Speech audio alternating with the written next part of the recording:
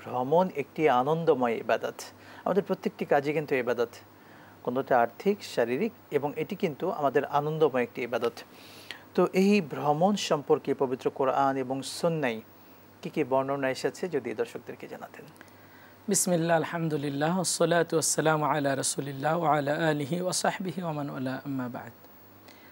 চমৎকার একটি বিষয় আমরা দেখলাম যে আল্লাহ তাআলা আমাদেরকে বলেছেন, কুল সিরু ফিল আরদ সুম্মা আনজুরু কাইফা কানা আকিবাতুল মুকাজ্জিবিন।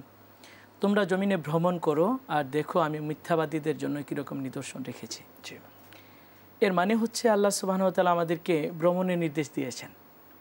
তো ভ্রমণ একটা জ্ঞান অর্জন, এবং জ্ঞান অর্জন করার অন্যতম একটা মাধ্যম হচ্ছে ভ্রমণ। যেমন আল্লাহ রাসূল সাল্লাল্লাহু আলাইহি সাল্লামকে আল্লাহ তাআলা হৃদয়টাকে বড় করার জন্য যেই সবচেয়ে বড় ভ্রমণটা করিয়েছেন সেটা ছিল সুবহানাল্লাযী আসরা বিআবদিহি লাইলাম মিনাল মাসজিদিল হারাম ইলাল মাসজিদিল আকসা।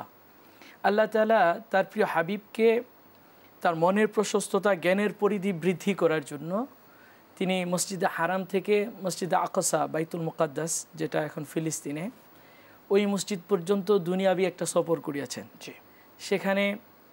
সেখান থেকে আরশ আজিম পর্যন্ত আল্লাহ সুবহানাহু ওয়া তাআলা জান্নাত, জাহান্নাম, প্রথম, দ্বিতীয়, তৃতীয়, সপ্তম আসমান, তারপর সিদরাতুল মুনতাহা, আরশ আজিম পর্যন্ত তার হাবিবকে ভ্রমণ করিয়াছেন।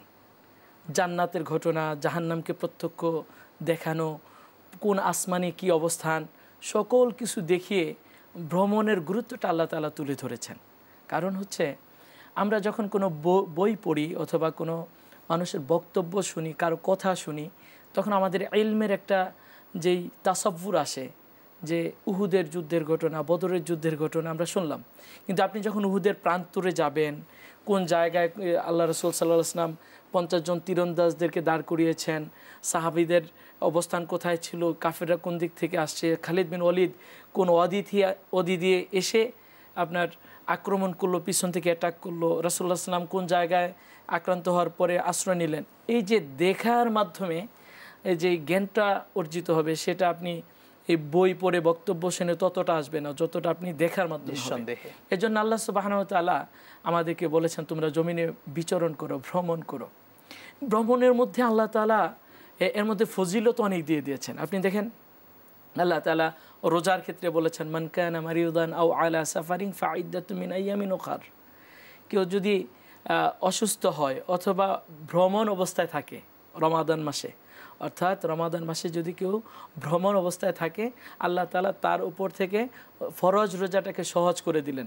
সে ইচ্ছা করলে ইফতার করতে পারে অথবা সহজতর মনে করলে রোজা রাখবে। তবে উত্তম, যেহেতু আল্লাহ তাআলা সামাহাত ঘোষণা করেছেন, উত্তম হচ্ছে রোজা না রাখা। পরবর্তী সময়ে শুধুমাত্র একটি রোজা রাখলে হবে। আমরা জানি রোজার দিনে যদি কেউ ইচ্ছাকৃতভাবে একটি রোজা ভঙ্গ করে, তাহলে তার উপরে ধারাবাহিক 60টা রোজা রাখতে হবে। একটার বিনিময়ে ধারাবাহিক, একটা ভেঙে ফেললে আবার 60টা রাখতে হবে।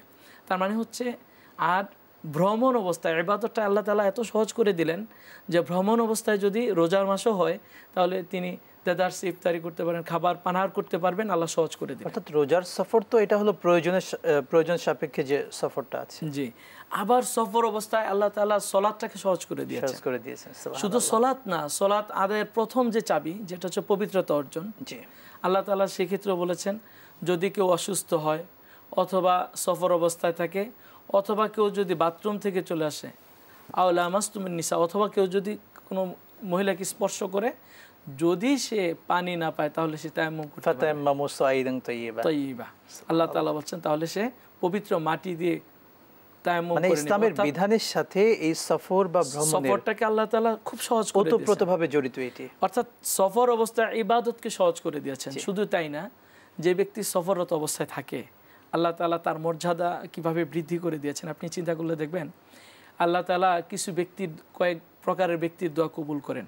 তোর মধ্যে হচ্ছে মাজলুম, যার উপর অত্যাচার করা হয়, অত্যাচারিত ব্যক্তি যদি আল্লাহর কাছে দোয়া করে, আল্লাহ সেই দোয়া ফিরিয়ে দেন না।